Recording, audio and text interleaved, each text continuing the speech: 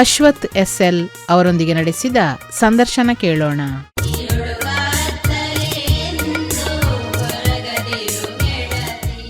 ಈ ಕಾರ್ಯಕ್ರಮದ ಪ್ರಾಯೋಜಕರು ಪ್ರಜ್ಞಾ ಸಲಹಾ ಕೇಂದ್ರ ಮಂಗಳೂರು. ಕಂಕನಾಡಿ ಫಳ್ನೀರ್ ರೋಡಿನಲ್ಲಿರುವ ಪ್ರಜ್ಞಾ ಸಲಹಾ ಕೇಂದ್ರದ ದೂರವಾಣಿ ಸಂಖ್ಯೆಗಳು 24326882, 24326885, 24322903 ಹಾಗೂ 24322133. STD ಸಂಖ್ಯೆ 0824. ಸಾರ್ವಜನಿಕರು ಅವರ ಕೌಟುಂಬಿಕ ವೈವಾಹಿಕ ಸಮಸ್ಯೆ ಹಾಗೂ ಆಪ್ತ ಸಮಾಲೋಚನೆಗಾಗಿ ಈ ಸಂಸ್ಥೆಯ ಸದುಪಯೋಗ ಪಡೆಯಬಹುದು.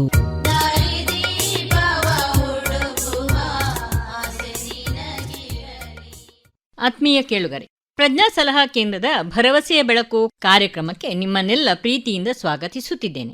ನೆಲ್ಸನ್ ಮಂಡೇಲಾ ಹೇಳುತ್ತಾರೆ, ಜಗತ್ತು ಬದಲಿಸಬಹುದಾದ ಅತ್ಯಂತ ಪ್ರಬಲ ಆಯುಧ ಅಂದರೆ ಶಿಕ್ಷಣ. ಜಗತ್ತಿನಲ್ಲಿ ಶಿಕ್ಷಣದ ಸಂದರ್ಭದಲ್ಲಿ ನಡೆದಷ್ಟು ಪ್ರಯೋಗಗಳು ಬಹುಶಃ ಬೇರೆ ಯಾವುದರ ಬಗ್ಗೆಯೂ ಆಗಿಲ್ಲವೇನೋ. ಅಂದರೆ ಇಂದಿಗೂ ಅಭಿವೃದ್ಧಿ ಹೊಂದುತ್ತಿರುವ ದೇಶಗಳಲ್ಲಿ ಶಿಕ್ಷಣದಲ್ಲಿ 100% ಪ್ರಗತಿ ಸಾಧಿಸಲು ಸಾಧ್ಯವಾಗಿಲ್ಲ ಅನ್ನುವ ವಿಚಾರವನ್ನು ಮನಸ್ಸಿನಲ್ಲಿಟ್ಟುಕೊಂಡು ಪ್ರಾಥಮಿಕ ಹಂತದಲ್ಲಿ, ಹೈಸ್ಕೂಲು, ಪದವಿ ಪೂರ್ವ ಹಂತದಲ್ಲಿ ಶಾಲೆಯಿಂದ ಹೊರಗೆ ಉಳಿಯುವ ಮಕ್ಕಳ ಸಂಖ್ಯೆಯು ಬೇರೆ ಬೇರೆ ಕಾರಣದಿಂದ ಬೆಳೆಯುತ್ತದೆ. 29% ಯುವ ಸಮೂಹ ಇರುವ ಈ ದೇಶದಲ್ಲಿ 64% ಯುವ ಸಮೂಹ ಹಳ್ಳಿಯಿಂದ ಬಂದವರಾಗಿರುತ್ತಾರೆ, 36% ನಗರ ಪಟ್ಟಣಗಳಲ್ಲಿದ್ದವರಾಗಿರುತ್ತಾರೆ. ಒಂದು ದೇಶದ ನಾಗರಿಕತೆಯ ತಾಯಿಬೇರು ಯುವ ಸಮೂಹ. ಈ ಯುವ ಸಮೂಹದ ಆರೋಗ್ಯವಂತ ನಡೆ ಸರಿಯಾಗಿ ಇದ್ದರೆ ಮಾತ್ರ ಆ ದೇಶಕ್ಕೆ ಭವಿಷ್ಯವಿದೆ ಎನ್ನುವ ಹಿನ್ನೆಲೆಯಲ್ಲಿ ಚರ್ಚೆಯಲ್ಲಿ ಭಾಗವಹಿಸಲು ಕ್ರಿಯೇಟಿವ್ ಶಿಕ್ಷಣ ಪ್ರತಿಷ್ಠಾನದ ಮುಖ್ಯಸ್ಥರಾಗಿರುವಂತಹ ವಿನೂತನವಾಗಿ ಸಮಾಜಮುಖಿ ಶಕ್ತಿಯಾಗಿ ಯುವ ಸಮೂಹವನ್ನು ಕಟ್ಟಬೇಕು ಎನ್ನುವ ಆಶಯದೊಂದಿಗೆ ಕೆಲಸ ಮಾಡ್ತಾ ಇರುವಂತಹ ಅಶ್ವಥ್ SL ನಮ್ಮೊಂದಿಗಿದ್ದಾರೆ. ಇವರಿಗೆ ಆತ್ಮೀಯ ಸ್ವಾಗತ. ನಮಸ್ಕಾರ. ನಮಸ್ಕಾರ ಸರ್. ಒಂದಷ್ಟು ವಿಷನ್ ಇಟ್ಕೊಂಡು ಇತ್ತೀಚೆಗೆ ಕೆಲಸ ಮಾಡ್ತಾ ಇರುವಂತಹ ಸಂಸ್ಥೆ ನಿಮ್ಮದು ಅಂತ ನಾನು ಕಂಡೆ. ಈ ಕಾರಣಕ್ಕಾಗಿ ಕ್ರಿಯೇಟಿವ್ ಶಿಕ್ಷಣ ಸಂಸ್ಥೆಯು ಗ್ರಾಮಾಂತರ ಪ್ರದೇಶದಲ್ಲಿ ಇದ್ದುಕೊಂಡು ವಿಜ್ಞಾನ, ಗಣಿತ, ಸಾಹಿತ್ಯ, ಸಂಸ್ಕೃತಿ, ಸಂಗೀತ, ಮಾನವಿಕ ವಿಷಯಗಳನ್ನು ಒಳಗೊಂಡಂತೆ ಮಕ್ಕಳ ಪಡೆಯನ್ನು ನಾವು ಸಿದ್ಧಗೊಳಿಸಬೇಕು ಅನ್ನುವಂಥ ಒಂದು ಹಿನ್ನೆಲೆಯಲ್ಲಿ ಪದವಿ ಪೂರ್ವ ಹಂತದಲ್ಲಿ ಪರಿಪಕ್ವಗೊಳಿಸಬೇಕು ಮಕ್ಕಳನ್ನು ಅನ್ನುವ ಆಲೋಚನೆಯಲ್ಲಿ ನೀವು ಹುಟ್ಟುಹಾಕಿದ್ರ. ಇದರ ಹಿನ್ನೆಲೆ ಮತ್ತು ಕಾರ್ಯರೂಪಕ್ಕೆ ಬಂದ ಒಂದು ಸಂದರ್ಭವನ್ನು ನೀವು ಹೇಳ್ಬೋದಾ ಸರ್? ಬಹಳ ಮುಖ್ಯವಾಗಿ ನಾವು 7 ಜನ ಸ್ಥಾಪಕ ಮಿತ್ರರು ಸೇರಿ ಈ ಸಂಸ್ಥೆನ ಹುಟ್ಟು ಹಾಕಿರುವಂಥದ್ದು. ಕಾರ್ಕಳದ ಹಿರ್ಗಾನ ಅಂತ ಹೇಳುವ ಗ್ರಾಮ. ಇದರಲ್ಲಿ ಬಹಳ ಮುಖ್ಯವಾಗಿ ನಾವು 7 ಜನ ಕೂಡ ಗ್ರಾಮೀಣ ಭಾಗದಲ್ಲಿ ಬಂದಂಥವ್ರು, 7 ಜನ ಶಿಕ್ಷಕರಾಗಿರುವಂಥವ್ರು. ಆ ಕಾರಣಕ್ಕಾಗಿ ಇವತ್ತಿನ ಕಾಲಘಟ್ಟಕ್ಕೆ ಅಗತ್ಯವಾಗಿರ್ತಕ್ಕ ಶಿಕ್ಷಣ ವ್ಯವಸ್ಥೆಯನ್ನ ನಾವುಗಳು ಕಟ್ಟಬೇಕಂತ ಹೇಳಿದ್ರೆ ನಮ್ಮ ಮೂಲ ಆಶಯ ಆಗಿತ್ತು. ಸಹಜವಾಗಿ ನಾವು ಸರ್ಕಾರಿ ಶಾಲೆಯಲ್ಲಿ ಓದಂಥವ್ರು, ಗ್ರಾಮೀಣ ಭಾಗದ ಎಲ್ಲ ಸಮಸ್ಯೆಗಳನ್ನ ಅರಿತಂಥವ್ರು. ಗ್ರಾಮೀಣ ಭಾಗದಲ್ಲಿ ಏನು ಸಮಸ್ಯೆ ಆಗುತ್ತೆ ಅಂತ ಹೇಳಿದ್ರೆ, ಹೆಚ್ಚಿನ ಮಕ್ಕಳಿಗೆ ಒಂದು ಉನ್ನತ ಶಿಕ್ಷಣ ತಲುಪಬೇಕು, ನಾನು ಓದ್ಬೇಕಂತ ಹೇಳೋ ಆಸೆ ಇರ್ತದೆ, ಅಷ್ಟು ಅವರು ಸಾಮರ್ಥ್ಯವನ್ನು ಐಕ್ಯವನ್ನು ಹೊಂದಿರ್ತಾರೆ. ಆದರೆ ನಗರಗಳಿಗೆ ನಾವು ಹೋಲಿಕೆ ಮಾಡಿಕೊಂಡಾಗ ಅಷ್ಟೊಂದು ವ್ಯವಸ್ಥೆಗಳು ಸುಲಭವಾಗಿ ಸಿಗುವುದಿಲ್ಲ ಗ್ರಾಮೀಣ ಭಾಗದ ವಿದ್ಯಾರ್ಥಿಗಳಿಗೆ. ಹಾಗಾಗಿ ಅಂತಹ ಪರಿಸರವೇ ಹೆಚ್ಚು ಕಡಿಮೆ ನಮ್ಮನ್ನ ಒಂದು ಈ ರೀತಿಯ ಸಂಸ್ಥೆಯನ್ನು ಪ್ರಾರಂಭ ಮಾಡಲಿಕ್ಕೆ ಮೂಲ ಕಾರಣವಾಯಿತು. ಅದರ ಆಶಯದಂತೆ ನಾವು 7 ಜನ ಉಪನ್ಯಾಸಕರು, ಶಿಕ್ಷಕರು ಹೆಚ್ಚು ವಿದ್ಯಾರ್ಥಿಗಳನ್ನ ಅವರ ಭಾವನೆಗಳನ್ನ ಅರ್ಥೈಸ್ಕೊಳ್ಬಹುದು, ಅವರ ಅಗತ್ಯತೆಗಳನ್ನ ಅರಿತುಕೊಳ್ಬಹುದು.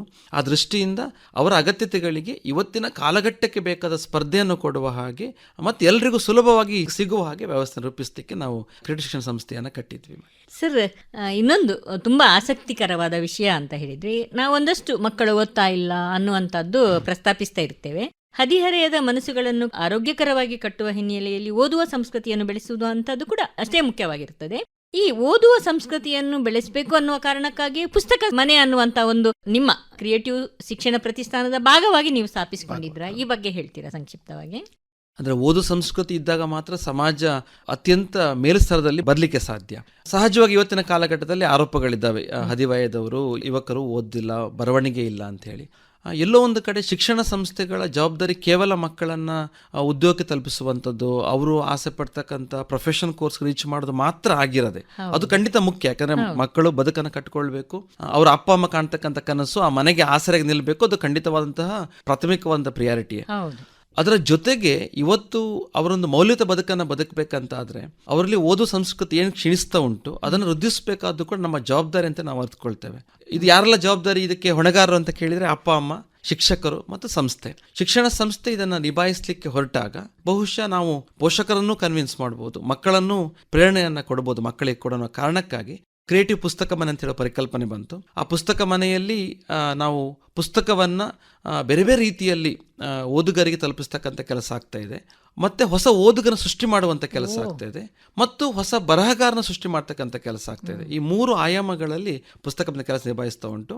ಇದೊಂದು ಶಿಕ್ಷಣ ಸಂಸ್ಥೆ ಯಾಕೆ ಮಾಡ್ತು ಅಂತ ಹೇಳಿದರೆ, ಸಹಜವಾಗಿ ನಮ್ಮಲ್ಲೇ ಸಾವಿರಾರು ವಿದ್ಯಾರ್ಥಿಗಳು ಓದ್ತಾ ಇರ್ತಾರೆ. ಅವರಿಗೊಂದು ಚಿಕ್ಕ ಮೋಟಿವೇಶನ್ ಕೊಟ್ಟರು. ಅವರ ಓದುವಿನ, ನೀವೇ ಹೇಳಿದ ಹಾಗೆ ಅವರು ಆ ಪ್ರೊಫೆಷನ್ ಕೋರ್ಸಿಗೆ ಮಾಡ್ತಕ್ಕಂಥ ಹೋರಾಟದ ನಡುವೆ ಚಿಕ್ಕ ಓದುವನ್ನು ಮಾಡಿಕೊಂಡ್ರು ಕೂಡ ಮೌಲ್ಯವನ್ನು ಗಳಿಸ್ಕೊಳ್ತಾರೆ, ಅವರು ಒತ್ತಡದಿಂದ ವಿಮುಖರಾಗ್ತಾರೆ ಅಂತ ಹೇಳೋದು ನಮ್ಮ ಹಲವಾರು ನಿಜವಾಗಿಯೂ ಬಹಳ ಇಂಟ್ರೆಸ್ಟಿಂಗ್ ಆಗಿದೆ. ಕರಾವಳಿಯ ಈ ಭಾಗದಲ್ಲಿ ಇದು ಖಂಡಿತವಾಗಿಯೂ ಬಹಳ ಒಂದು ಉತ್ತಮ ನಿಮ್ಮ ಯೋಜನೆ ಅಂತ ಹೇಳ್ಬೋದು.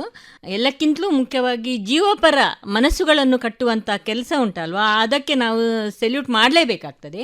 ಹಿಂಸಾರಹಿತ ಸಮಾಜ ಸುಸ್ಥಿರ ಅಭಿವೃದ್ಧಿಯ ಮಾನದಂಡಗಳಲ್ಲಿ ಲಿಂಗ ಸಮಾನತೆಯು ಪ್ರಧಾನವಾದದ್ದು ಅನ್ನುವಂಥದ್ದು ನಾವು ಈಗಾಗಲೇ ಅರಿತುಕೊಂಡಿದ್ದೇವೆ, ಹಿಂಸೆ ಸಮಾಜದಲ್ಲಿ ಕಡಿಮೆ ಆಗಬೇಕಾದ್ರೆ ಅಂತ. ಪಠ್ಯದ ಭಾಗವಾಗಿ ಕ್ರಿಯೇಟಿವ್ ಶಿಕ್ಷಣ ಪ್ರತಿಷ್ಠಾನ ಈ ಹಿನ್ನೆಲೆಯಲ್ಲಿ ವಿದ್ಯಾರ್ಥಿಗಳಿಗೆ ಯಾವ ರೀತಿ ಚಟುವಟಿಕೆಗಳನ್ನು ಹಮ್ಮಿಕೊಳ್ತಾ ಇದೆ ಸರ್? ಇವತ್ತು ನಾವೇನು ದೇಶದಲ್ಲಿ ಬೇರೆ ಬೇರೆ ರೀತಿಯ, ಅಂದರೆ ನಾವು ನೈತಿಕ ವಿಚಾರಗಳಿಂದ ವಿಮುಖರಾಗಿ ಕೆಲವು ವಿಚಾರಗಳನ್ನು ಗಮನಿಸ್ತೇವೆ. ಅದಕ್ಕೆ ಪೂರಕವಾಗಿ ಆಗಾಗ ಹಲವಾರು ಕಾರ್ಯಕ್ರಮಗಳನ್ನು ರೂಪಿಸ್ತಾ ಇರ್ತೇವೆ. ಅದು ಮಕ್ಕಳಿಗೆ ಶಿಕ್ಷಣದ ಜೊತೆಗೆ ನೈತಿಕ ಮೌಲ್ಯಗಳನ್ನು ಕಲಿಸಿಕೊಡುವಂತಹ ಕಾರ್ಯಕ್ರಮಗಳು, ಸ್ಫೂರ್ತಿ ಮಾತು ಅಂತ ಹೇಳೋ ಕಾರ್ಯಕ್ರಮದ ಮುಖಾಂತರ ಮಕ್ಕಳಿಗೆ ಹಲವಾರು ವಿಚಾರಗಳನ್ನು ತಿಳಿಸಿಕೊಡ್ತೇವೆ. ಅದರಲ್ಲಿ ಸಹಜವಾಗಿ ಗಂಡು ಮಕ್ಕಳು ಹೆಣ್ಣು ಮಕ್ಕಳನ್ನ ಗೌರವಿಸುವಂಥ ವಿಚಾರನ ಹಿಡಿದು ಅವರನ್ನು ನಾವು ಹೇಗೆ ಮನೆಯಲ್ಲಿ ಅಕ್ಕ ತಂಗಿ ನೋಡಬೇಕನ್ನೋ ದೃಷ್ಟಿಯಲ್ಲಿ ನಾವು ಹೇಗೆ ಕೌಟುಂಬಿಕವಾದಂಥ ಬದುಕನ್ನು ಬದುಕ್ತೇವೋ ಅಂತಹ ಬದುಕು ಕಾಲೇಜುಗಳಲ್ಲೇ ಆಗಬೇಕನ್ನೋದು ಕೂಡ. ಯಾಕಂದರೆ ಸಹಜವಾಗಿ ಇವತ್ತು ನಾವು ಮುಂದುವರೆದ ಭಾಗವಾಗಿ ನೋಡಿದರೆ ಮಕ್ಕಳಿಗೆ ಎಲ್ಲವೂ ಬಹಳ ಸುಲಭದ ಸಿಗ್ತಾ ಉಂಟು. ನಾನು ಯಾರೋ ಒಂದು ಹುಡುಗ ಹುಡುಗಿ ವಿಚಾರಕ್ಕೆ ಬರುವಾಗ ಅಲ್ಲಿ ಅವರು ಬಳಸ್ತಕ್ಕಂಥ ಇವತ್ತಿನ ಟೆಕ್ನಾಲಜಿಗಳಲ್ಲಿ ಬಹಳ ಸುಲಭವಾಗಿ ಅವರು ಸಿಗ್ತಾರೆ. ಅವರ ವಾಂಛೆಗಳು ಮತ್ತೆ ಬೇರೆಯ ಒಂದು ಮಾರ್ಗಕ್ಕೆ ತಲುಪ್ತದೆ.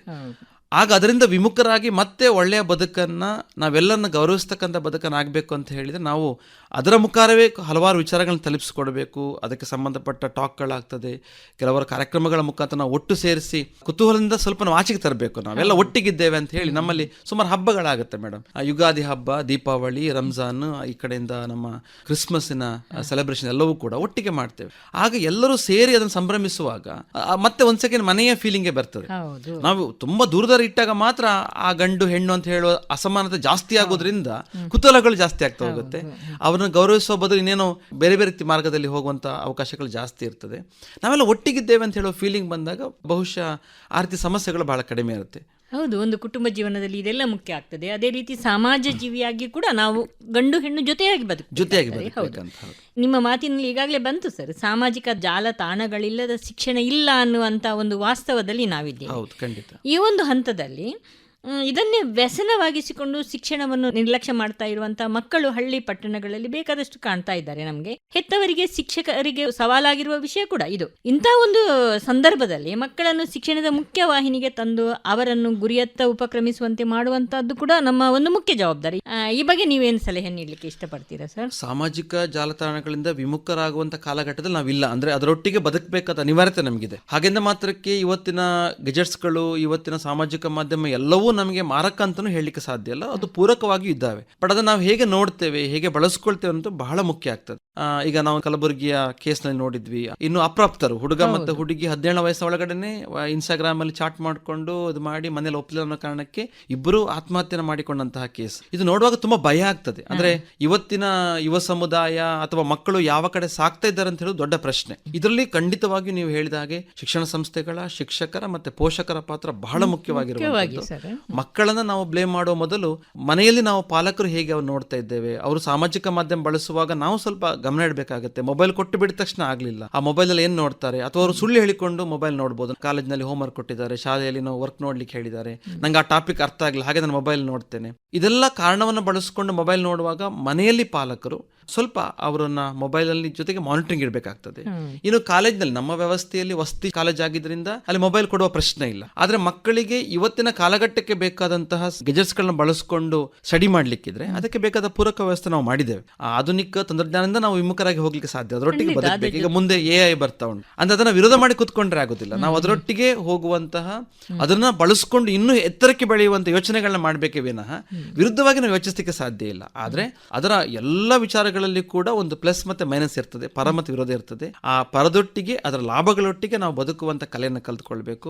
ಇದೇ ಫೇಸ್ಬುಕ್, ಇನ್ಸ್ಟಾಗ್ರಾಮ್ ಅನ್ನು ಬಳಸಿಕೊಂಡು, ವಾಟ್ಸಪ್ ಅನ್ನು ಬಳಸಿಕೊಂಡು ತುಂಬಾ ಒಳ್ಳೆ ಕೆಲಸ ಮಾಡುವಂತಹ ವ್ಯಕ್ತಿಗಳು ಸಾಕಷ್ಟಿದ್ದಾರೆ. ಆ ರೀತಿಯ ಒಳ್ಳೆ ಮಾರ್ಗವನ್ನು ಅನುಸರಿಸ್ತಕ್ಕಂಥ ಕೆಲಸ ಆಗಬೇಕು.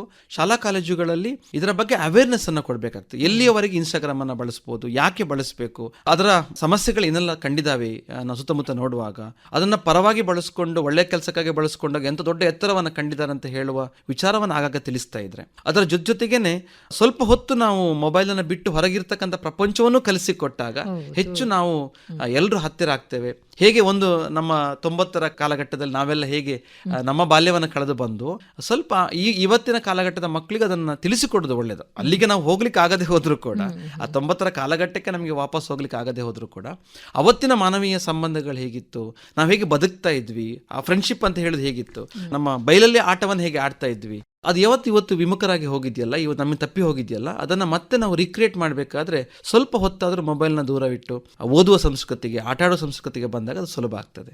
ಸಾಮಾಜಿಕ ಜಾಲತಾಣಗಳು ಮಾತ್ರ ಅಲ್ಲ, ನಮ್ಮ ಎದುರು ಇರುವ ಸಮಸ್ಯೆಗಳನ್ನು ನಾವು ಯೋಚಿಸುವಾಗ ರಾಜಕೀಯ, ಧಾರ್ಮಿಕ ವಿಷಯಗಳು ಕೂಡ ನಮ್ಮ ಮಕ್ಕಳನ್ನು ಸೆಳೆಯುವಂತ ಒಂದು ಪ್ರಚೋದಕಾರಿಯಾಗಿರುವಂತ ಒಂದು ರೀತಿಯಲ್ಲಿ ನಡೀತಾ ಇದೆ. ವರ್ತಮಾನದಲ್ಲಿ ಮಕ್ಕಳು, ಯುವಕರು ತಮ್ಮ ಗುರಿಯಿಂದ ವಿಚಲಿತರಾಗದೆ ಪ್ರಬುದ್ಧರಾಗುವ ಮತ್ತು ವಾಸ್ತವವನ್ನು ಅರಿತುಕೊಳ್ಳುವ ಒಂದು ಭೂಮಿಕೆಯನ್ನು ಕೂಡ ನಾವು ನಿರ್ಮಿಸಿಕೊಡಬೇಕಾದದ್ದು ನಮ್ಮ ಜವಾಬ್ದಾರಿ ಅನ್ನುವಂಥದ್ದನ್ನು ಯೋಚಿಸಿಕೊಂಡು ಶಿಕ್ಷಕರ ಈ ಹಿನ್ನೆಲೆಯ ಜವಾಬ್ದಾರಿಗಳು ಏನು ಅಂತ ಹೇಳ್ಬೋದು ಸರ್? ತುಂಬಾ ದೊಡ್ಡ ಜವಾಬ್ದಾರಿ ಉಂಟು ಮೇಡಮ್. ಯಾಕಂದ್ರೆ ಇವತ್ತು ಧಾರ್ಮಿಕವಾಗಿ, ರಾಜಕೀಯವಾಗಿ ವಿದ್ಯಾರ್ಥಿಗಳನ್ನ ಬಳಸಿಕೊಳ್ಳುವಂಥದ್ದು ದೊಡ್ಡ ದುರಂತ.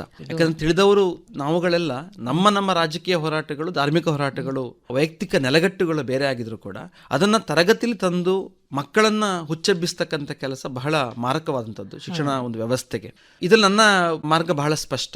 ಶಿಕ್ಷಕರು ತರಗತಿಯಲ್ಲಿ ಕಲಿಸುವಾಗ ಯಾವತ್ತು ಮಕ್ಕಳಿಗೆ ಎಲ್ಲ ವಿಚಾರಧಾರೆಗಳನ್ನು ತಿಳಿಸಬೇಕು. ಹಾಗೆಂದ ಮಾತ್ರಕ್ಕೆ ಶಿಕ್ಷಕರ ಅಭಿಪ್ರಾಯವನ್ನು ಅವರ ಮೇಲೆ ಹೇರುವಂತ ತಪ್ಪು. ಪ್ರಶ್ನೆಗಳನ್ನ ಕೇಳಿ ಅಂತ ನಾವು ಹೇಳ್ತೇವೆ. ಪ್ರಶ್ನೆಗಳನ್ನ ಕೇಳಿ ಅಂತ ಹೇಳಿದಾಗ ವಿದ್ಯಾರ್ಥಿಗಳ ಆಲೋಚನೆಗಳು ಹಲವು ಬರಬಹುದು. ಅದಕ್ಕೆ ನಾನು ಉತ್ತರ ಕೊಡುವಾಗ ಕೂಡ ಮತ್ತೆ ಮಕ್ಕಳನ್ನ ಚಿಂತನೆಗೆ ಹಚ್ಚುವಂತಹ, ಅವರ ಎಲ್ಲ ಆಯ್ಕೆಗಳನ್ನ, ಆಲೋಚನೆಗಳನ್ನ ಅತ್ಯಂತ ಸ್ವತಂತ್ರವಾಗಿ ನಾವು ಯೋಚಿಸಲಿಕ್ಕೆ ಬಿಡುವಂತಹ ವ್ಯವಸ್ಥೆನ ಕಲ್ಪಿಸಬೇಕು. ನಾನು ಯಾವ ಧರ್ಮಕ್ಕೆ ಸೇರಿದವನಾಗಿದ್ರು ಕೂಡ, ಅಥವಾ ಮಕ್ಕಳು ಯಾವ ಧರ್ಮಕ್ಕೆ ಸೇರಿದವರಾಗಿದ್ರು ಕೂಡ, ಅವರವರ ಆಚರಣೆಗಳನ್ನ ಗೌರವಿಸುವಂತ ಕೆಲಸಕ್ಕೆ ಬರಬೇಕೇ ವಿನಃ ನೀನು ಇದನ್ನ ಮಾಡುವಂತ ಕಟ್ಟುಪಾಡು ಹಾಕ್ತಕ್ಕಂಥ ಕೆಲಸ ಆಗಬಾರ್ದು.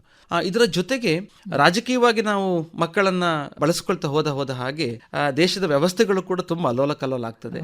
ಇದಕ್ಕೆಲ್ಲ ನಮ್ಮ ಹಿಂದಿನ ಓದುಗಳು ಬಂದಾಗ ತುಂಬಾ ಸ್ಪಷ್ಟವಾಗಿ ಮನುಷ್ಯ ಜಾತಿ ತಾನೊಂದೇ ವಲಂ ಅಂತ ಹೇಳಿ ಕುವೆಂಪುರವರ ಮಾತಿನಂತೆ ವಿಶ್ವಪ್ರಜ್ಞೆ ಬರಬೇಕು ನಮ್ಮಲ್ಲಿ. ವಿಶ್ವಮಾನ ತತ್ವ ಅಂತ ಹೇಳೋದು ಕೇವಲ ನಾವು ಪದ್ಯಗಳನ್ನು ಹೇಳ್ಕೊಂಡು ಮಕ್ಕಳಿಗೆ ತರಗತಿ ಅಂಕಗಳಿಗಾಗಿ ಕಲಿಸುವಂತ ವಿಚಾರ ಅಲ್ಲ. ನಿಜವಾದ ವಿಶ್ವಪ್ರಜ್ಞೆ ಅಂದ್ರೆ ಎಂತ, ಯಾಕೆ ನಾವೆಲ್ಲರೂ ಒಟ್ಟಿಗೆ ಬದುಕಬೇಕು. ಇವತ್ತು ನಾನು ಬೇರೆ ಬೇರೆ ಪ್ರದೇಶಕ್ಕೆ ಸಿಕ್ಕಿದಂತಹ ವಿದ್ಯಾರ್ಥಿಗಳು ಕೂಡ ನಾವು ಅಲ್ಲಿಯ ಭಾಗದ ಸಂಸ್ಕೃತಿಯನ್ನ, ಭಾಷೆಯನ್ನ, ಅಲ್ಲಿಯ ಆಹಾರ ಪದ್ಧತಿಗಳನ್ನು ನಾವು ಪ್ರೀತಿಸ್ತಕ್ಕಂಥ ಕೆಲಸ ಆಗಬೇಕು. ನಾವು ಪರಸ್ಪರ ಒಬ್ರಿಗೊಬ್ರು ತೆಗೆದುಕೊಂಡು ಹೋಗ್ತಕ್ಕಂಥ ಕೆಲಸ ಆಗಬೇಕು. ಹಾಗೆ ಧರ್ಮವೂ ಕೂಡ ಅಂತ ನಾನು ಹೇಳೋದು. ಸೊ ಎಲ್ಲ ಧರ್ಮದವರ ಆಚರಣೆಗಳನ್ನು ಗೌರವಿಸಿಕೊಂಡು ಒಟ್ಟಿಗೆ ಬದುಕ್ತಕ್ಕಂಥ ಕಲೆಯನ್ನ ಶಿಕ್ಷಕರು ತರಗತಿಗಳಲ್ಲಿ ಹೇಳಿಕೊಡುವ ಜೊತೆಗೆ ಮಕ್ಕಳು ಕೂಡ ಇದನ್ನು ತುಂಬಾ ವಿಶ್ವಪ್ರಜ್ಞೆ ರೂಪದಲ್ಲಿ ತೆಗೆದುಕೊಳ್ಬೇಕು ವಿನಃ ತುಂಬಾ ಸಂಕೀರ್ಣವಾಗಿ ಇದನ್ನು ತೆಗೆದುಕೊಳ್ಬಾರ್ದು. ಶಿಕ್ಷಣ ಅಂದರೆ ಉದ್ಯೋಗ ಎನ್ನುವಂಥದ್ದು ಒಂದು ಸಾಮಾನ್ಯ ಗ್ರಹಿಕೆ ಸರ್ ನಮ್ಮೆಲ್ಲರದ್ದು. ಅದು ಹೌದು ಕೂಡ. ಎಷ್ಟೋ ಸಲ ಮಕ್ಕಳು ಶಿಕ್ಷಣ ಆದ ಕೂಡಲೇ ಉದ್ಯೋಗದಲ್ಲಿ ನೆಲೆ ಆದರೆ ಮನೆಗೊಂದು ಭದ್ರತೆಯಾಗಿ ಬರ್ತದೆ ಅನ್ನುವಂಥದ್ದನ್ನು ಮನಸ್ಸಿನಲ್ಲಿಟ್ಟುಕೊಂಡು ಈ ಹಿನ್ನೆಲೆಯಲ್ಲಿ ಶಿಕ್ಷಣ ಸಂಸ್ಥೆಗಳ ಜವಾಬ್ದಾರಿಗಳೇನು ಅಂತ ಹೇಳ್ಬೋದು ಸರ್? ಖಂಡಿತವಾಗಿ. ಯಾಕಂದ್ರೆ ಇವತ್ತು ಸಹಜವಾಗಿ ಒಂದು ವಿದ್ಯಾರ್ಥಿ ಶಿಕ್ಷಣಕ್ಕೆ ಬರ್ತಾನೆ ಅಂತ ಹೇಳಿದ್ರೆ ಆತನ ಮೂಲ ಉದ್ದೇಶವು ಉದ್ಯೋಗ ಸೇರದೆ ಆಗಿರ್ತದೆ. ಅವರು ಕನಸುಗಳನ್ನು ನನಸು ಮಾಡಿಕೊಳ್ಳುವಂಥದ್ದು, ಇಂದೇನೋ ಅವ ದೊಡ್ಡ ಮಟ್ಟಕ್ಕೆ ಹೋಗ್ಬೇಕಂತ ಹೇಳೋ ಗುರಿಯನ್ನು ತಲುಪುವಾಗ ಕೂಡ ಅವರ ಉದ್ಯೋಗ ಆದಾಯವನ್ನು ಗಳಿಸುವಂಥದ್ದು ಪ್ರಾಮುಖ್ಯವಾಗಿರ್ತದೆ. ಹೇಳಿ ಕೇಳಿ ಇವತ್ತಿನ ಶಿಕ್ಷಣ ವ್ಯವಸ್ಥೆಗಳಲ್ಲಿ ಖರ್ಚು ಮಾಡ್ತಕ್ಕಂಥ ಅಮೌಂಟ್ ಕೂಡ, ಅಂದ್ರೆ ಮೌಲ್ಯ ಕೂಡ ತುಂಬಾ ದೊಡ್ಡದಾಗಿದೆ. ಅವತ್ತೆಲ್ಲ ಬಹಳ ಕಡಿಮೆ ಖರ್ಚಿನಲ್ಲಿ ನಾವೆಲ್ಲ ಶಿಕ್ಷಣ ಮುಗಿಸ್ತಾ ಇದ್ವಿ. ಇವತ್ತು ದೊಡ್ಡ ಮಟ್ಟದ ಖರ್ಚಾಗುತ್ತೆ. ಆ ಖರ್ಚನ್ನು ಕೂಡ ಕುಟುಂಬ ಭರಿಸಿಕೊಂಡು ಅದನ್ನು ಮತ್ತೆ ದುಡಿದು ಕೊಡಬೇಕಾದವನು ವಿದ್ಯಾರ್ಥಿ ಆಗಿರ್ತಾನೆ. ಹಾಗಾಗಿ ಇದಕ್ಕೆ ಪೂರಕವಾಗಿ ಒಂದು ವಿದ್ಯಾರ್ಥಿ ಯಾವ ಮಾರ್ಗವನ್ನ ಕನಸು ಕಾಣ್ತಾನೆ, ನಾನು ಡಾಕ್ಟರ್ ಆಗ್ಬೇಕಂತ ಹೊರಟ್ರೆ ಡಾಕ್ಟರ್ ಕೋರ್ಸನ್ನೇ ಅತಿಯಾಗಿ ಪ್ರಯತ್ನ ಹಾಕಿ ಮಾಡುವಂಥದ್ದು, ಎಂಜಿನಿಯರ್ ಆಗ್ಬೇಕಂದ್ರೆ ಇಂಜಿನಿಯರ್ ಆಗುವಂಥದ್ದು, CA ಆಗ್ಬೇಕಂದ್ರೆ CA ಮಾಡುವಂಥದ್ದು, ಅಥವಾ IAS ಆಫೀಸರ್ ಆಗಬೇಕು, KS ಆಫೀಸರ್ ಆಗಬೇಕು ಆಗಬೇಕಂತ ಹೇಳುವ ಕನಸುಗಳಿಗೆ ಪೂರಕವಾಗಿ ಒಂದು ನಾವು ಶಿಕ್ಷಣವನ್ನು ರೂಪಿಸಿಕೊಡ್ಬೇಕು ಶಿಕ್ಷಣ ಸಂಸ್ಥೆಯಾಗಿ. ಇದ್ರ ಜೊತೆಗೆ ಅಪ್ಪ ಅಮ್ಮ ಮಕ್ಕಳ ಕನಸನ್ನು ಗೌರವಿಸಬೇಕು. ಹೌದು, ಮಕ್ಕಳ ಕನಸು ಅಸ್ಪಷ್ಟವಾಗಿದ್ರೆ, ಸ್ಪಷ್ಟವಾಗಿರದಿದ್ರೆ ಅದಕ್ಕೆ ಒಳ್ಳೆಯ ನಾವು ಮಾರ್ಗದರ್ಶನವನ್ನು ಕೊಡಬೇಕಾಗ್ತದೆ. ನಮ್ಮ ಆಲೋಚನೆ ಉಂಟು, ಅದನ್ನೇ ಅಲ್ಲಿ ಹೇರಿಕೆಯಾಗಿ ಮಾಡಬಾರ್ದು. ಮಕ್ಕಳ ಕನಸುಗಳನ್ನು, ಗುರಿಯನ್ನು ಗೌರವಿಸಬೇಕು, ಅವ್ರಿಗೆ ಒಳ್ಳೆಯ ಮಾರ್ಗವನ್ನು ತೋರಿಸಬೇಕು. ಬಹಳ ಮುಖ್ಯವಾಗಿ ಶಿಕ್ಷಣ ಸಂಸ್ಥೆಗೆ ಮೂರನೇ ಕೆಲಸ ಏನಂತ ಹೇಳಿದ್ರೆ, ಮಕ್ಕಳು ನಮ್ಮಲ್ಲಿ ಓದಿ ಹೋದ್ರೆ ಆಗಲ್ಲ. ನಾನು ಯಾವತ್ತೂ ಮಕ್ಕಳೊಟ್ಟಿಗೆ ಮಾತನಾಡ್ತಾ ಹೇಳ್ತೇನೆ, ನೀವು ನಮ್ಮಲ್ಲಿ ಒಂದು ಕೋರ್ಸನ್ನು ಮುಗಿಸಿ ಹೋದ ತಕ್ಷಣ ನಿಮ್ಮ ಸಂಬಂಧ ಮುಗಿದು ಹೋಗೋದಿಲ್ಲ. ನಾಳೆ ನೀವು ನಿಮ್ಮ ಎಲ್ಲ ಕೋರ್ಸ್ಗಳನ್ನ ಮುಗಿಸ್ಕೊಂಡು ಒಳ್ಳೆ ಅವಕಾಶಕ್ಕೆ ಹೋದಾಗ ನಮ್ಮ ಸಹಾಯ ಬೇಕಿದ್ರು, ಅಥವಾ ನಿಮಗೆ ಯಾವುದು ಸಿಗದಿದ್ರೆ, ಇಲ್ಲ ನಮಗೆ ಗುರಿಯೇ ಸಿಗಲಿಲ್ಲ ಸರ್, ಒಂದು ಒಳ್ಳೆ ಕೆಲಸ ಆಗಲಿಲ್ಲ, ಮನೆಯಲ್ಲಿ ಕಷ್ಟ ಉಂಟು ಅಂತ ಹೇಳಿದಾಗಲೂ ಶಿಕ್ಷಣ ಸಂಸ್ಥೆ ಬೆಂಬಲವಾಗಿ ನಿಂತುಕೊಂಡು ಅವರಿಗೆ ಒಳ್ಳೆಯ ಮಾರ್ಗವನ್ನು ತೋರಿಸುವಂಥ ಕೆಲಸ ಆಗಬೇಕು. ಇವತ್ತು ಸಾಕಷ್ಟು ಸಂಸ್ಥೆಗಳು ಕ್ಯಾಂಪಸ್ ಇಂಟರ್ವ್ಯೂ ರೂಪದಲ್ಲಿ ಅದನ್ನು ಮಾಡ್ತಾ ಇದ್ದಾರೆ. ಮುಂದುವರೆದ ಭಾಗವಾಗಿ ಕ್ಯಾಂಪಸ್ ಇಂಟರ್ವ್ಯೂನಲ್ಲೂ ಎಲ್ಲರಿಗೂ ಸೆಲೆಕ್ಷನ್ಸ್ ಆಗೋದಿಲ್ಲ. ಆಗದಿರೋದಕ್ಕೆ ಏನೇನು ಕಾರಣಗಳಿರ್ಬೋದು. ಕೆಲವೊಮ್ಮೆ ವಿದ್ಯಾರ್ಥಿಗಳು ಒಳ್ಳೆಯ ಸ್ಕೋರ್ ಮಾಡಿರಬಹುದು, ಓದಿನಲ್ಲಿ ಬಹಳ ಚುರುಕಿದ್ದಿರಬಹುದು, ಆದರೆ ಕೌಶಲ್ಯಗಳನ್ನ ಗಳಿಸ್ಕೊಂಡಿರೋದಿಲ್ಲ. ತಾನು ಯಾವ ಕೋರ್ಸನ್ನು ಆಯ್ಕೆ ಮಾಡ್ಕೊಳ್ತಾನೋ ಅದಕ್ಕೆ ಬೇಕಾದಂತಹ ಸ್ಕಿಲ್ಸ್ ಅಲ್ಲಿ ಇಲ್ಲದೆ ಇರಬಹುದು ಅವನಲ್ಲಿ.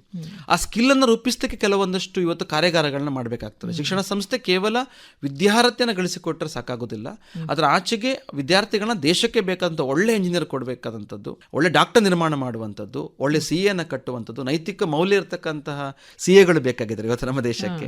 ಇವರೆಲ್ಲರನ್ನ ಕಟ್ಟುವಂತಹ ಕೆಲಸದಲ್ಲಿ ಕೌಶಲ್ಯಕ್ಕೆ ಆಧಾರಿತವಾದಂತಹ ಕೆಲವು ಕಾರ್ಯಾಗಾರಗಳನ್ನ ಅಥವಾ ಬೇರೆ ಬೇರೆ ರೀತಿಯ ಟ್ರೈನಿಂಗ್ಗಳನ್ನ ಮಾಡಿಕೊಂಡ್ರೆ ಮಕ್ಕಳಿಗೆ ಆ ಸ್ಕಿಲ್ಲನ್ನು ಗಳಿಸೋ ಜೊತೆಗೆ ಬೇಗ ಉದ್ಯೋಗವನ್ನು ಪಡೆದುಕೊಳ್ಬೋದು ಮೇಡಮ್. ಸರ್, ಸ್ಪರ್ಧೆ ಮತ್ತು ನೈತಿಕತೆ ಈ ಎರಡನ್ನು ಜೊತೆಗಿಟ್ಟುಕೊಂಡು ಮೌಲ್ಯಾಧಾರಿತವಾದ ಶಿಕ್ಷಣ ಕ್ರಮವನ್ನು ಮಕ್ಕಳು ಭವಿಷ್ಯ ಕಟ್ಟುವ ಹಿನ್ನೆಲೆಯಲ್ಲಿ ನಾವು ಮಾಡಿಕೊಡ್ಬೇಕಾಗ್ತದೆ. ಈ ಒಂದು ಸಮನ್ವಯತೆಯನ್ನು ನಾವು ಸಾಧಿಸಬೇಕಾದ್ರೆ ಹೆತ್ತವರು, ಶಿಕ್ಷಕರು ಮತ್ತು ಮಕ್ಕಳು, ಈ ಮೂರು ಒಂದು ತ್ರಿಕೋನದ ರೀತಿಯ ಒಂದು ಬಂಧುತ್ವ ಇರ್ತದೆ. ಈ ಬಂಧುತ್ವ ಕೂಡ ಚೆಲ್ಲಾಪಿಲ್ಲಿ ಆಗದ ರೀತಿಯಲ್ಲಿ ನಾವು ಕಟ್ಕೊಡ್ಬೇಕು. ಈ ಸಮನ್ವಯತೆ ಹೇಗೆ ಸಾಧ್ಯ ಆಗ್ತದೆ ಅಂತ ಹೇಳ್ತಾರೆ? ಸಹಜವಾಗಿ ಸ್ಪರ್ಧೆ ಅನಿವಾರ್ಯ. ಜಾಗತಿಕ ಮಟ್ಟದಲ್ಲಿ ಕಾಣ್ತಕ್ಕಂತಹ ಏನೊಂದು ಸ್ಪರ್ಧೆ ಇದೆ ಅದಕ್ಕೆ ಪೂರಕವಾಗಿ ನಾವು ಸಿದ್ಧತೆಯನ್ನು ಪಡ್ಕೊಳ್ಬೇಕಾಗ್ತದೆ. ಸ್ಪರ್ಧೆಯೊಟ್ಟಿಗೆ ನೈತಿಕತೆ, ಮೌಲ್ಯಗಳು ಅಂತ ಬರುವಾಗ ನಾವು ಯಾವತ್ತು ಹೇಳ್ತೇವೆ, ನೆಲಮೂಲ ಸಂಸ್ಕೃತಿ, ನಾನು ಮನೆಯಲ್ಲಿ ಯಾವ ರೀತಿಯನ್ನು ಗಳಿಸ್ಕೊಂಡು ಬಂದೇನೆ ಅದೇ ರೀತಿಯ ಸಂಸ್ಕೃತಿಯನ್ನು ಉದ್ಯೋಗ ಹಂತದಲ್ಲಿ ಕೂಡ ಮುಂದುವರಿಸ್ಕೊಂಡು ಹೋಗುವಂಥದ್ದು ಬಹಳ ಅನಿವಾರ್ಯತೆ. ಇವತ್ತು ಭಾರತ ದೇಶವನ್ನು ಇಡೀ ಜಗತ್ತು ಕೊಂಡಾಡೋದು ಯಾಕೆ ಅಂತ ಹೇಳಿದರೆ, ಅದು ಕೇವಲ ಹಣಗಳಿಕೆ, ಶ್ರೀಮಂತಿಕೆ ಮಾತ್ರ ಇಲ್ಲಿ ಕಾಣ್ತಾ ಇಲ್ಲ. ನಮ್ಮ ದೇಶಿ ಚಿಂತನೆಯಲ್ಲಿ ನಮ್ಮ ಸಂಸ್ಕೃತಿಯನ್ನು ಗೌರವಿಸ್ತಕ್ಕಂಥ, ನೆಲವನ್ನು ಗೌರವಿಸುವಂತಹ ಆ ಕಲೆಯನ್ನು, ಪರಂಪರೆಯನ್ನು ನಾವು ಉಳಿಸ್ಕೊಂಡು ಬಂದೇವೆ. ಹಾಗಾಗಿ ಮೇಡಮ್, ಈಗ ಸ್ಪರ್ಧೆ ಅಂತ ಹೇಳೋದು ಅನಿವಾರ್ಯ. ನಾವು ಸ್ಪರ್ಧೆಯನ್ನು ಎದುರಿಸಲೇಬೇಕಾಗಿದೆ. ಉದ್ಯೋಗವನ್ನು ಪಡೆದುಕೊಳ್ಬೇಕು, ಒಳ್ಳೆ ಎಜುಕೇಷನ್ ಗಳಿಸಬೇಕು, ರ್ಯಾಂಕನ್ನೇ ಪಡೆದುಕೊಳ್ಬೇಕು. ಅದರಲ್ಲಿ ಏನು ಇವತ್ತು ರಾಜಿ ಮಾಡ್ಕೊಳ್ಳಿಕ್ಕೆ ಸಾಧ್ಯ ಇಲ್ಲ. ಅದರ ಜೊತೆಗೆ ಪಡೆದುಕೊಳ್ಳುವ ಉದ್ಯೋಗದಲ್ಲಿ ಒಂದು ಬ್ಯಾಡ್ ಕಾಂಪಿಟೇಷನ್ಸ್ಗಳು ಬೇಡ, ಅಂದರೆ ಕೆಟ್ಟ ಮಟ್ಟದ ಸ್ಪರ್ಧೆ ಬೇಡ, ಅಥವಾ ಇನ್ನೊಬ್ಬರನ್ನು ಹೀಯಾಳಿಸ್ತಕ್ಕಂಥ, ಕೆಳಗೆ ಬೀಳಿಸ್ತಕ್ಕಂಥ ವಿಚಾರಗಳು ಬೇಡ. ನಾವು ಒಂದು ಔನ್ನತ್ಯವನ್ನು ಕಾರಣ, ಅದಕ್ಕೆ ಬೇಕಾದಂತಹ ಎಲ್ಲ ರೀತಿಯ ಕೌಶಲ್ಯಗಳನ್ನ ಗಳಿಸಿಕೊಳ್ಳುವ, ಜ್ಞಾನವನ್ನು ಸಂಪಾದಿಸಿಕೊಳ್ಳುವ, ಅದರ ಮುಖೇನ ಉದ್ಯೋಗವನ್ನು ಪಡೆದುಕೊಳ್ತಕ್ಕಂಥ ಕೆಲಸ ಆಗಲಿ. ಆನಂತರ ಒಂದು ದೊಡ್ಡ ಹಂತಕ್ಕೆ ಹೋದಾಗ ಕಂಪನಿಗಳ ನಡುವೆ ಇರ್ಬೋದು, ಸಂಸ್ಥೆಗಳ ನಡುವೆ ಇರ್ಬೋದು, ವ್ಯಕ್ತಿಯ ನಡುವೆ ಇರ್ಬೋದು, ಒಂದು ಒಳ್ಳೆಯ ಹೆಲ್ದಿಯಾಗಿರ್ತಕ್ಕಂಥ ಕಾಂಪಿಟೇಷನ್ ಬಂದು ನಾವೆಲ್ಲ ಒಟ್ಟಿಗೆ ಬೆಳಿತೇವೆ ಅಂತ, ಯಾರನ್ನು ಮುಳುಗಿಸಿಕೊಂಡು ಮೇಲೆ ಹೋಗುವಂಥದ್ದು ಬೇಡ, ಒಟ್ಟಿಗೆ ನಾವೆಲ್ಲ ಸರ್ವಾಂಗೀಣವಾಗಿ ಬೆಳೆಯುವಂಥ ಆಲೋಚನೆಯನ್ನು ಮಕ್ಕಳಲ್ಲಿ ಪಾಲಕರು, ಶಿಕ್ಷಕರು ಹಾಗೆ ಸಂಸ್ಥೆ ನಾವು ಈಗಲೇ ಬೆಳೆಯುವ ಸೇರಿ ಮೊಳಕೆಯಲ್ಲಿ ಆ ಮಕ್ಕಳಲ್ಲಿ ಈಗಲೇ ಅದನ್ನು ಬಿತ್ತನೆ ಮಾಡ್ತಕ್ಕಂಥ ಕೆಲಸ ಆಗಬೇಕು. ಅಂತಹ ಚಿಂತನೆಗಳನ್ನ ನಾವು ಬಿತ್ತನೆ ಮಾಡಬೇಕು. ತುಂಬಾ ಇಂಟ್ರೆಸ್ಟಿಂಗ್ ಆಗಿದೆ ಸರ್. ನನ್ನ ಮಗ ಓದ್ತಾ ಇರ್ಬೇಕಾದ್ರೆ ಹೇಳಿಕ್ಕಿತ್ತು, ನಿಮ್ಗೆಲ್ಲ ಮಕ್ಕಳು ಅಂದ್ರೆ ರೇಸ್ ಕುದುರೆಗಳ ಅಂತರ ಅನಿಸ್ತಾ ಇರ್ತದೆ ಅಂತ. ನೋಡಿ, ಮಕ್ಕಳ ಮನಸ್ಸಿನಲ್ಲಿ ಶಾಲೆಯಲ್ಲಿ ಮತ್ತು ಮನೆಯಲ್ಲಿ ಯಾವ ರೀತಿ ಒತ್ತಡ ಇತ್ತು ಅನ್ನುವ ಕಾರಣಕ್ಕಾಗಿ ಆ ಮಾತು ಬಂತು. ಎಷ್ಟೋ ಸಂದರ್ಭದಲ್ಲಿ ಹೆತ್ತವರು ಮಕ್ಕಳು ಹೀಗೆ ಹೇಳ್ತಾರೆ ಅಂತ ಹೇಳಿದ್ರೆ ದಬಾಯಿಸ್ತಾರೆ ಮಕ್ಕಳನ್ನ ಅಲ್ವಾ. ಅಂತ ಕೆಲಸ ಆಗದ ರೀತಿಯಲ್ಲಿ ಹೆತ್ತವರು ಕೂಡ ಸ್ವಲ್ಪ ಹೆಲ್ದಿಯಾಗಿ ಯೋಚಿಸ್ಬೇಕು ಅನ್ನುವಂತ ಮಾತು ಬಂತು. ವರ್ತಮಾನದಲ್ಲಿ ಪದವಿ ಪೂರ್ವ ಶಿಕ್ಷಣ ಅಂತ ಹೇಳಿದ್ರೆ ಒಂದು ರೀತಿ ಒತ್ತಡ ಸರ್. ಮಕ್ಕಳು ಮಾನಸಿಕ ಖಿನ್ನತೆಗೆ ಒಳಗಾಗ್ತಾರೆ. ವಿದ್ಯಾರ್ಥಿಗಳು ಆರೋಗ್ಯಪೂರ್ಣವಾಗಿ ಈ ಹಂತವನ್ನು ದಾಟಲು ಹೆತ್ತವರ ಮತ್ತು ಪೋಷಕರ ಜವಾಬ್ದಾರಿಗಳೇನಂತ ಹೇಳ್ಬೋದು ಸರ್? ಅಂದ್ರೆ ವಿಶೇಷವಾಗಿ ಇವತ್ತು ಶಿಕ್ಷಣವೇ ಒಂದು ಒತ್ತಡ ರೀತಿಯಲ್ಲಿ ಸಾಗ್ತಾ ಉಂಟು. ಪದವಿ ಪೂರ್ವ ಶಿಕ್ಷಣದಲ್ಲಿ ಅತಿ ಹೆಚ್ಚು ಉಂಟದು. ಒಂದು ಸಂಕ್ರಮಣದ ಕಾಲ ವಿದ್ಯಾರ್ಥಿಗಳ ಶೈಕ್ಷಣಿಕ ಜೀವನಘಟ್ಟದಲ್ಲಿ. ಆದರೆ 1ನೇ ತರಗತಿಗೆ ಹೋಗುವಾಗಲೇ ನಾವು ಒತ್ತಡವನ್ನು ಹಾಕುವಂತ ಸಮಯದಲ್ಲಿ ನಾವಿದ್ದೇವೆ. ಡಾಕ್ಟರ್ ಆಗುವಂತ ನಾವು ಈಗಲೇ ಪುಷ್ ಮಾಡ್ತೇವೆ. ಸರಿ, ಅದು ತಪ್ಪಲ್ಲ. ಅಪ್ಪ ಅಮ್ಮನಿಗೆ ಕನಸಿರ್ತದೆ, ಅವರು ಯಾವುದೋ ರೀಚ್ ಆಗ್ಲಿಕ್ಕೆ ಆಗದಿರ್ತಕ್ಕಂಥ ನನಸನ್ನ ಕನಸಾಗಿ ಇಲ್ಲಿ ಪುನಃ ಮತ್ತೆ ಮಕ್ಕಳ ಮುಖಾಂತರ ಅದನ್ನ ಬಿತ್ತಿಸಲಿಕ್ಕೆ ಪ್ರಯತ್ನಿಸ್ತಾರೆ. ಅದೆಲ್ಲವೂ ತಪ್ಪಲ್ಲ. ಆದರೆ ಮಕ್ಕಳಿಗಿರ್ತಕ್ಕಂತಹ ಯಾವುದರಲ್ಲಿ ಪ್ರತಿಭೆ ಜಾಸ್ತಿ ಉಂಟು ಅದನ್ನು ಹುಡುಕಿಕೊಳ್ಳುವ ಪ್ರಯತ್ನವನ್ನು ಖಂಡಿತ ಶಿಕ್ಷಕರು ಮತ್ತೆ ಪಾಲಕರು ಮಾಡಲೇಬೇಕಾಗಿದೆ. ಆತನಿಗೆ ಆಗದೇ ಇರತಕ್ಕಂಥ ಇನ್ಯಾವುದನ್ನು ತುಂಬ ಒತ್ತಡ ಹಾಕುವ ಬದಲಾಗಿ ಆತನ ಪ್ರತಿಭೆನ ಅರ್ಥ ಮಾಡಿಕೊಂಡು ನಾವು ಮುಂದೆ ಹೋಗುವ, ಇದು ಪ್ರಥಮವಾಗಿ ನಾವು ಯೋಚಿಸಬೇಕಾದ ವಿಚಾರ. ಎರಡನೇದು, ಆವತ್ತು ಯಾವುದೋ ಒಂದು ವಿದ್ಯಾರ್ಥಿ ಇವತ್ತು ಮಾಡ್ಲಿಕ್ಕೆ ಆಗದಿದ್ದವನು ನಾಳೆ ಮಾಡಿಯಾನು. ಅವನನ್ನು ಇವತ್ತಿಗೆ ನಾವು ಹಣಿದು ಎಲ್ಲ ಮಾಡಿ ಇಲ್ಲ ಆಗಲಿಲ್ಲ, ಹೋಪ್ಸ್ ಎಲ್ಲ ಹೋಗೋಯ್ತು, ಲಕ್ಷಗಟ್ಟಲೆ ಹಣ ಖರ್ಚಾಯ್ತು ಅಂತ ಹೇಳಿ ನಾವು ಆತನ ಎದುರುಗಡೆ ತುಂಬಾ ಒತ್ತಡವನ್ನು ತೋರಿಸಬಾರ್ದು. ಹಾಗೆಂದ ಮಾತ್ರಕ್ಕೆ ಅವನು ತುಂಬಾ ಫ್ರೀ ಬಿಟ್ಟರು ಆಗಲ್ಲ. ಯಾಕಂದ್ರೆ ನಾವೆಷ್ಟು ಕಷ್ಟಪಟ್ಟಿದ್ದೇವೆ ಅಪ್ಪ ಅಮ್ಮರಾಗಿ, ಹಿಂದೆ ನಮ್ಮ ಕಾಲಘಟ್ಟದಲ್ಲಿ ಇಲ್ಲದೇ ಇರ್ತಕ್ಕಂಥ ವ್ಯವಸ್ಥೆಯಲ್ಲಿ ಎಷ್ಟು ಕಷ್ಟಪಟ್ಟಿದ್ದೇವೆ, ಹಣ ಹೊಂದಿಸಲಿಕ್ಕೆ ಎಷ್ಟು ಸಮಸ್ಯೆಗಳಾಗಿತ್ತು. ಅಂತಹ ಕಷ್ಟದಲ್ಲಿ ನಾವು ಈ ಸಾಧನೆಯನ್ನು ಮಾಡಿದ್ದೇವೆ. ಹಾಗಾಗಿ ನಿನಗೆ ಇವತ್ತು ಎಲ್ಲ ವ್ಯವಸ್ಥೆ ಉಂಟು. ನಾವು ಲಕ್ಷಗಟ್ಟಲೆ ಫೀಸನ್ನು ಕಟ್ಟಿ ಒಳ್ಳೆ ಕಾಲೇಜಿಗೆ ಸೇರಿಸಿದ್ದೇವೆ, ಒಳ್ಳೆ ಶಾಲೆಯಲ್ಲಿ ಓದಿಸಿದ್ದೇವೆ, ಬೇಕಾದ ನಾವು ನಿಮ್ಗೆ ಕೊಡಿಸಿದ್ದೇವೆ. ಹಾಗಿರ್ಬೇಕಾದ್ರೆ ನೀನು ಕೂಡ ಒಳ್ಳೆ ಓದ್ಬೇಕಂತ ಹೇಳಿದ್ರೆ ನಾವು ಹೇಳಿಕೊಡುವ, ಅದು ಸರಿ. ಆದರೆ ಇವತ್ತೇ ಮಾಡು, ಇಷ್ಟೇ ಮಾಡು, ಅವ್ರ್ಯಾರು ಮಾಡಿದ್ರು, ಪಕ್ಕದ ಮನೆಯವರು ಮಾಡಿದ್ರು, ಮಾವನ ಮಗ ಮಾಡಿದ ಅಂತ ಹೇಳಿ ನಾವೆಲ್ಲರನ್ನ ತೋರಿಸುವಾಗ ಈತನ ಐಕ್ಯೂ ಲೆವೆಲ್ ಬೇರೆ, ಅವರ ಐಕ್ಯೂ ಲೆವೆಲ್ ಬೇರೆ, ಇವನ ಪ್ರತಿಭೆ ಬೇರೆ, ಈತನ ಆಸಕ್ತಿ ಬೇರೆ, ಅವರ ಆಸಕ್ತಿಗಳು ಬೇರೆ. ಇದನ್ನು ಅರ್ಥೈಸಿಕೊಳ್ಳದಿದ್ರೆ ಬಹಳ ಸಮಸ್ಯೆ ಆಗ್ತದೆ. ಮಕ್ಕಳ ಪ್ರತಿಭೆಯನ್ನ, ಆಸಕ್ತಿಯನ್ನ ಹಾಗೂ ಬುದ್ಧಿಮಟ್ಟವನ್ನ ಅರ್ಥೈಸಿಕೊಂಡು ಅದಕ್ಕೆ ಅನುಗುಣವಾದಂತಹ ಯೋಜನೆ ನಾವು ರೂಪಿಸಿಕೊಡ್ಬೇಕಾಗಿದೆ. ಒಬ್ರು MBBS ಮಾಡಿದ್ರೆ ಮಾತ್ರ ಜೀವನ ಸಾಧನೆ ಅಲ್ಲ, ಅಥವಾ IIT ಹೋದ್ರೆ ಮಾತ್ರ ಇಂಜಿನಿಯರಿಂಗ್ ಅಲ್ಲ. ಮೆಡಿಕಲ್ ಅನ್ನ ಮಾಡ್ಲಿಕ್ಕೆ ರ್ಯಾಂಕ್ ಸಿಕ್ಕಿದ್ರೆ ಅವನು ಬೆಸ್ಟ್ ಡಾಕ್ಟರ್ ಆಗಲಿ. ನಮ್ಮ ಜಗತ್ತಿಗೆ, ದೇಶಕ್ಕೆ ಬೆಸ್ಟ್ ಡಾಕ್ಟರ್ಸ್ ಬೇಕೇ.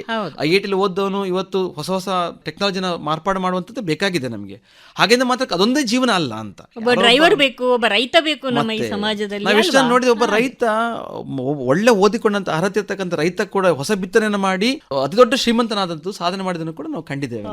ಸರ್, ಸಾಮಾಜಿಕವಾಗಿ ಅಸಮಾನತೆ ಇರುವ ಸಮಾಜ ನಮ್ಮದು.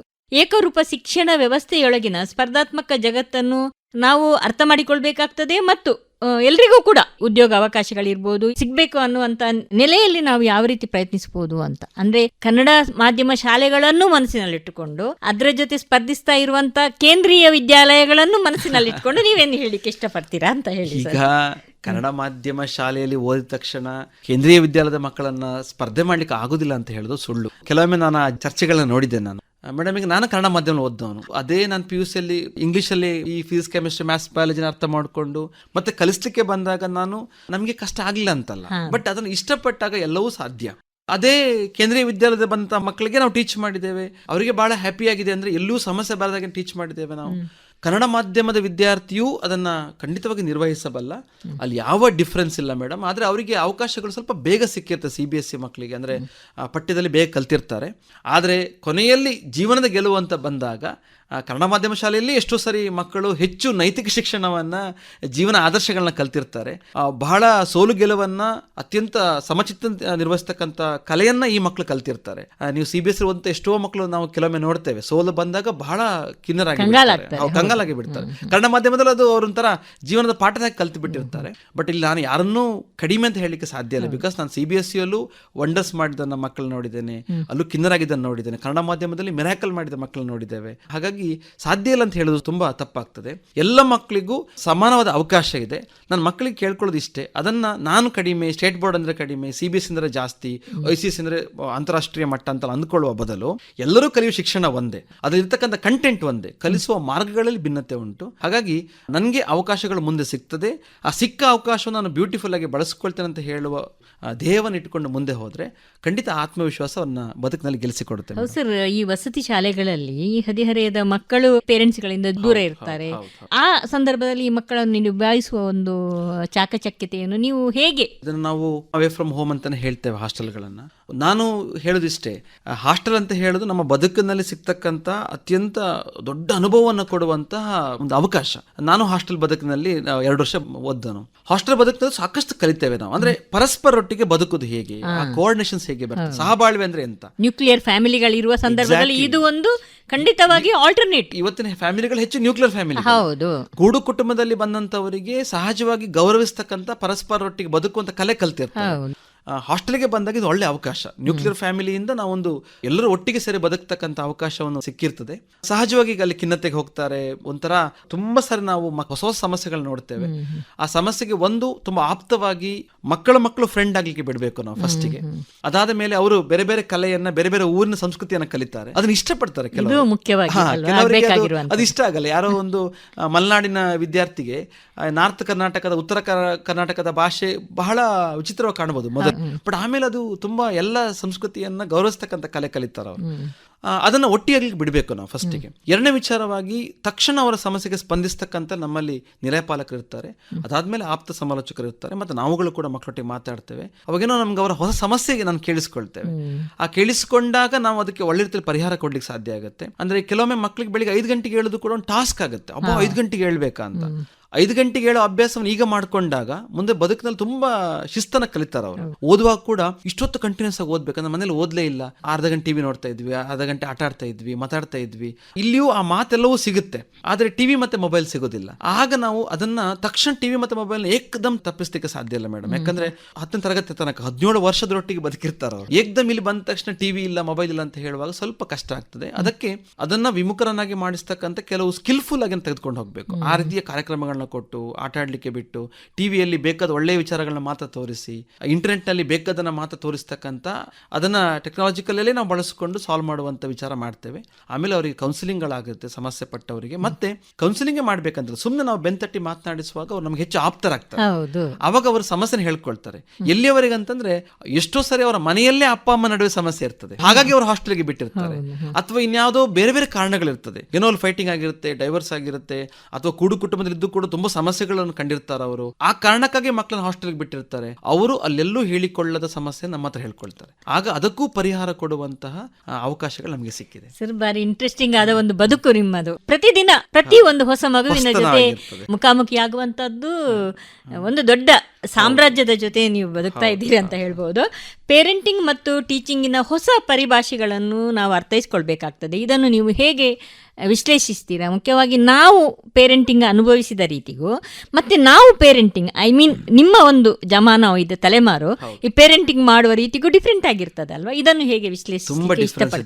ಹಿಂದೆ ಮಕ್ಕಳ ಮೇಲೆ ಪ್ರೀತಿ ಇರ್ತಾ ಇತ್ತು, ಆದ್ರೆ ಅತಿಯಾದ ಪ್ರೀತಿ ಇರಲಿಲ್ಲ. ಅಂದ್ರೆ ನಾನು ಹೊಡೆದ್ರೆ ಏನಾಗ್ತದೋ, ಮಗು ಹತ್ರ ನಮಗೆ ಒಳಗಡೆ ಬೇಸರ ಆಗುತ್ತೆ, ಇದು ಹೊಡೆಯುವುದು ಅನಿವಾರ್ಯ ಅಂತ ನಮಗೆ ಅಪ್ಪ ಅಮ್ಮ ಹೊಡಿತಾ ಇದ್ರು. ಇವತ್ತು ಏನಾಗಿದೆ ಮೇಡಮ್, ಪೆಟ್ಟೇ ಮುಟ್ಟುವಾಗಿಲ್ಲ. ಪೆಟ್ಟು ಹೊಡೆದ್ರೇನೋ ಮಹಾಪರ ಅಂತ ಹೇಳೋ ನಮ್ಮ ಕಾನೂನುಗಳು ಅದಕ್ಕೆ ಪೂರಕವಾಗಿತ್ತು. ನಾನು ತಪ್ಪು ಅಂತ ಹೇಳಲ್ಲ. ಯಾಕೆ ಅಂತಂದ್ರೆ ನೀವು ಆಗ್ಲೇ ಹೇಳಿದಾಗೆ ನ್ಯೂಕ್ಲಿಯರ್ ಫ್ಯಾಮಿಲಿಯ ಕಾನ್ಸೆಪ್ಟ್ ನಲ್ಲಿ ಮಗುವನ್ನು ಅತಿಯಾಗಿ ಪ್ರೀತಿಸ್ತೇವೆ ನಾವು. ಬಿದ್ರೆ ಅಷ್ಟೊಂದು ಟೆನ್ಷನ್, ಅದೊಂದು ಒತ್ತಡಗಳು. ಹಾಗಾಗಿ ಇವತ್ತಿನ ಪೇರೆಂಟಿಂಗ್ ನಲ್ಲಿ ಆ ರೀತಿಯ ಪೆಟ್ಟನ್ನು ತರಲಿಕ್ಕೆ ಸಾಧ್ಯ ಇಲ್ಲ. ನಮ್ಮ ಬೈಗುಳದಲ್ಲಿ ಕೂಡ ಹಾರ್ಶ್ ವರ್ಡ್ಸ್ ಯೂಸ್ ಮಾಡ್ಲಿಕ್ಕಿಲ್ಲ. ಎಲ್ಲರೂ ಮೋಟಿವೇಟ್ ಮಾಡಿ ಹೇಳಿ ಅಂತ ಹೇಳ್ತಾರೆ. ಈಗ ಪೇರೆಂಟ್ ಏನಾದ್ರೂ ನಾವು ವಿಚಾರ ಹೇಳಿದ್ರು ಕೂಡ, ಸರ್ ಒಂದು ಮೋಟಿವೇಟ್ ಮಾಡಿ ಸರ್, ದಿನಂಪ್ರತಿ ನಾವು ಮೋಟಿವೇಟೇ ಮಾಡೋದು, ನಮ್ಮ ಕೆಲಸವೇ ಅದಾಗಿರುತ್ತೆ. ಆದರೆ ಸ್ವಲ್ಪವೂ ಪೆಟ್ಟನ್ನು ತಾಗಿಸದೆ, ಸ್ವಲ್ಪವೂ ಬೈಗುಳವನ್ನ ಬೈಯದೆ ಮಕ್ಕಳನ್ನ ಟೀಚ್ ಮಾಡೋದು ಕೂಡ ಕಡಿಮೆ. ಶಿಕ್ಷಕ ಅಂದ್ರೆ ಶಿಕ್ಷೆಯನ್ನು ಕೊಟ್ಟೆ ಹೋಗುವಂಥದ್ದು. ಗುರು ಆ ಮಾರ್ಗವನ್ನು ತೋರಿಸಬೇಕು. ಮಾರ್ಗವನ್ನು ತೋರಿಸುವಾಗ ಸಹಜವಾಗಿ ಸ್ವಲ್ಪ ಭಯವೂ ಬೇಕಾಗ್ತದೆ. ಭಯವಿಲ್ಲದ ವಾತಾವರಣವನ್ನು ಕೊಟ್ಟಾಗ ಆತನಿಗೆ ತಪ್ಪುಗಳ ಪ್ರಮಾಣ ನಾಳೆ ಜಾಸ್ತಿ ಆಗ್ಬೋದು. ಇವತ್ತು ತೋರಿಸುವ ಸಾಧ್ಯತೆ ಇರುತ್ತೆ, ಬಂದೇ ಬರುತ್ತೆ. ಇವತ್ತು ನಾನು ತರಗತಿ ಒಳಗೆ ಮಾಡಿದ ಚಿಕ್ಕ ತಪ್ಪನ್ನ ಶಿಕ್ಷಿಸಲಿಕ್ಕೆ ನಾನು ಪ್ರಯತ್ನ ಪಟ್ಟಾಗ ಆತ ಬದಲಾಗಬಹುದು. ಇವತ್ತು ತಿಂದ ಪೆಟ್ಟು 4 ಗೋಡೆ ಮಧ್ಯೆ ಇರ್ತದೆ, ಅದು ಮಾಡದಿದ್ದ ನಾಳೆ 4 ಗೋಡೆಯ ಹೊರಗಡೆ ಪೆಟ್ಟು ತಿಂತಾನೆ. ಅದು ಇಡೀ ಕುಟುಂಬಕ್ಕೆ, ಅವನಿಗೆ ಮತ್ತೆ ಇಡೀ ಸಮಾಜಕ್ಕೆ ಅದು ಕೆಟ್ಟ ಸಂತರ್ತದೆ. ಹಾಗಾಗಿ ಪೇರೆಂಟಿಂಗ್ ಅಂತ ಬರುವಾಗ, ಇವತ್ತಿನ ಟೀಚಿಂಗ್ ಮೇಡ್ ಅಂತ ಬರುವಾಗ, ನಾನು ಶಿಕ್ಷಕರಲ್ಲೂ ಮತ್ತು ಪಾಲಕರಲ್ಲಿ ಕೇಳ್ಕೊಳ್ಳೋದು ಇಷ್ಟೇ, ನಾವು ಖಂಡಿತವಾಗಿ ಮಕ್ಕಳು ಶಿಕ್ಷಿಸಬೇಕಾಗ್ತದೆ, ಆದ್ರೆ ಪ್ರಮಾಣ ಕಡಿಮೆ ಇರಲಿ. ಆಮೇಲೆ ಅಪ್ಪ ಅಮ್ಮನ ಕನ್ವಿನ್ಸ್ ಮಾಡಬೇಕು. ನಾವು ನೋಡಿ, ಸ್ವಲ್ಪ ನೀವು ಮನೆಯಲ್ಲೂ ಚೂರು ಶಿಕ್ಷಣ ಕೊಡ್ಬೇಕಾಗತ್ತೆ, ಬೈಗುಳನ್ನು ಬೈಬೇಕಾಗತ್ತೆ. ತುಂಬಾ ಪೇರೆಂಟ್ಸ್ ಹೀಗೆ ಹೇಳ್ತಾರೆ, ನಾನು ಹೇಳಲಿಕ್ಕಾಗಲ್ಲ, ನೀವ್ ಹೇಳಿ ಅಂತ. ಶಿಕ್ಷಕರು ಹೇಳ್ಬೋದು, ಪೇರೆಂಟ್ ಹೇಳುವಾಗಿಲ್ಲ ಅಂತ. ಹಾಗಾಗಬಾರ್ದು. ಮನೆಯಲ್ಲಿ ಅಪ್ಪ ಅಮ್ಮನ ಬೈಬೇಕಾಗ್ತದೆ, ಬಟ್ ಪ್ರಮಾಣ ಕಡಿಮೆ ಇರಲಿ ಅಷ್ಟೇ. ಶಿಕ್ಷಣ ಆತ್ಮವಿಶ್ವಾಸವನ್ನು ಬಿತ್ತುತ್ತದೆ, ಆತ್ಮವಿಶ್ವಾಸ ಭರವಸೆಯನ್ನು ಬಿತ್ತುತ್ತದೆ, ಭರವಸೆ ಶಾಂತಿಯನ್ನು ಬಿತ್ತುತ್ತದೆ. ಈ ಎಲ್ಲವುಗಳ ಒಟ್ಟು ಹೂರಣವೇ ಶಿಕ್ಷಣ. ಇಂತಹದೊಂದು ಶಕ್ತಿಯೊಂದಿಗೆ ಭವಿಷ್ಯದಲ್ಲಿ ಯುವ ಸಮೂಹಕ್ಕಿರುವ ಸವಾಲುಗಳು ಮತ್ತು ಪರಿಹಾರಗಳ ಬಗ್ಗೆ ತಮ್ಮ ಅನುಭವದ ಹಿನ್ನೆಲೆಯಲ್ಲಿ ವರ್ತಮಾನದ ಸವಾಲುಗಳನ್ನು ತೆರೆದಿಟ್ಟ ಅಶ್ವಥ್ SL ಸರ್, ನಿಮಗೆ ವಂದನೆಗಳು. ನಮಸ್ಕಾರ. ನಮಸ್ಕಾರ.